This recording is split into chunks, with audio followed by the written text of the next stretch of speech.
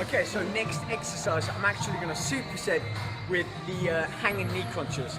And the reason for that is I'm predominantly working the lower abdominals by doing the hip curls up or the straight leg raises. So I want to go and work the upper abdominals now, to work both the upper and lower of the rectus abdominis. So a great exercise to supplement with the hanging knee crunches are pull downs, or rope pull downs. So this is really the only exercise I use any weight. A lot of people ask, should I use weights when I train my abs? Well, as I've already explained, abs are quite a unique structure in the sense that it's more of a sheath of muscle, and they don't have full bellied muscles like your biceps or your quads or even your chest do. So we can't really build our abs out too much. You know, they can't go anywhere. What you can do though is get low enough body fat levels so you're nice and lean and you have that kind of in-depth imprint, as opposed to building the abdominal muscles out so that they become blocky. That's not what we're trying to achieve. It's that ripped, kind of chiseled look that you want in your abdominal region, more so than a big, bulky, thick musculature. But for doing rope pull downs, we need a little bit of resistance. So it's all relative. You're going to kind of feel it when you're doing the exercise as to whether the weight is too heavy for you or too light. You want to have just enough resistance throughout that full range of movement so that when you're pulling down, you can feel the abdominal having to work, not having to strain, and that's the difference. Anyway, let me show you how to do it.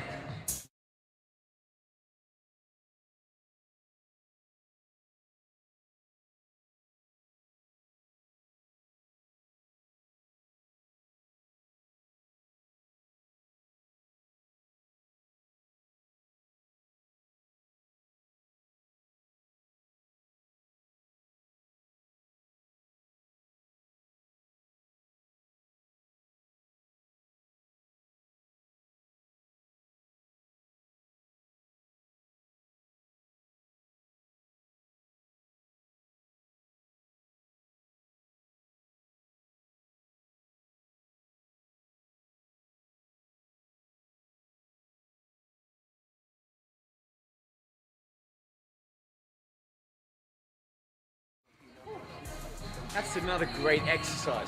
Now, as you can see, it's all about good form and technique, and breathing is really important on this one too. Again, I've got my arms in a fixed position. I'm not putting my arms down with the rope like that. I'm keeping my whole upper body fixed and flexing at my torso.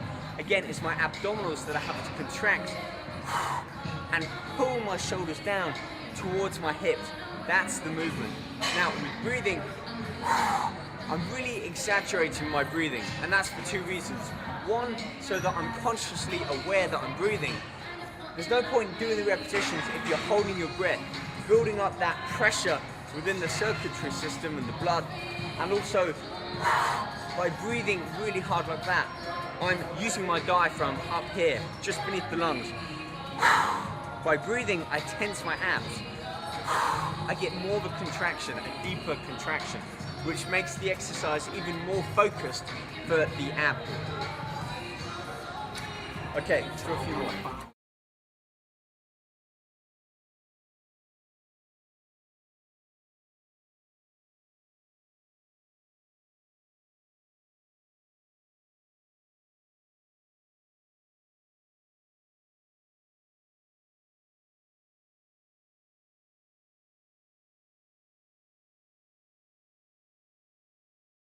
One other point that I want to make here, momentum. I'm not swinging up and down on each repetition. I'm controlling the movement.